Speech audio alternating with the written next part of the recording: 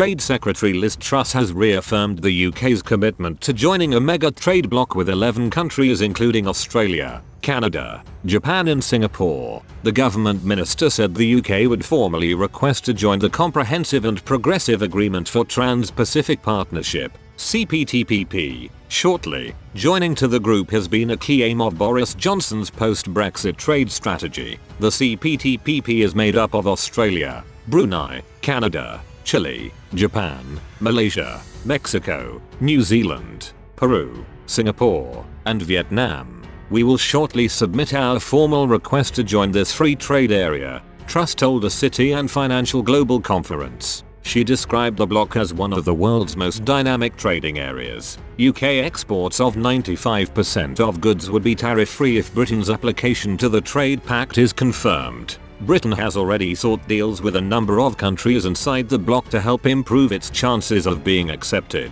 Outlining the advantages of the CPTPP this morning, Ms. Truss said, "The benefits are there to see, whether it is the deeper access to nearly £9 trillion of GDP covered by its members, the modern rules of origin, the 95% tariff, free trade on goods traded between members from cars to seafood, or the modern standards in services, data and digital trade. These modern standards would play to the UK's strengths as a global hub for services and technology trade. We are already the second largest exporter of services globally, and third in the world for billion-dollar tech unicorn success stories. Together, we can help set the standard for trade in the 21st century, promote higher standards in green trade and pile pressure on the World Trade Organization to reform.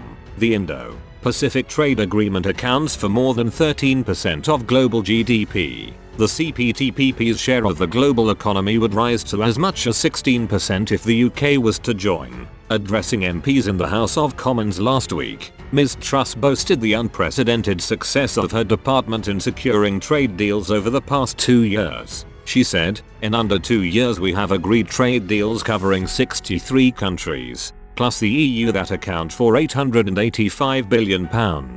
That is unprecedented. No other country has ever negotiated so many trade deals simultaneously. In 2021 we will be adding to these deals, on top of the UK's accession to the CPTPP." She said trade deals with the US, Australia, and New Zealand were all in the offing.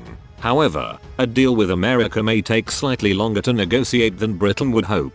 Incoming US President Joe Biden has indicated securing a trade deal with the UK is not one of his top priorities. Upon being sworn into office this afternoon, Mr. Biden instead wants to first focus on the US's recovery from the pandemic, with health and economic policy at the center of his plan for his first 100 days in the job.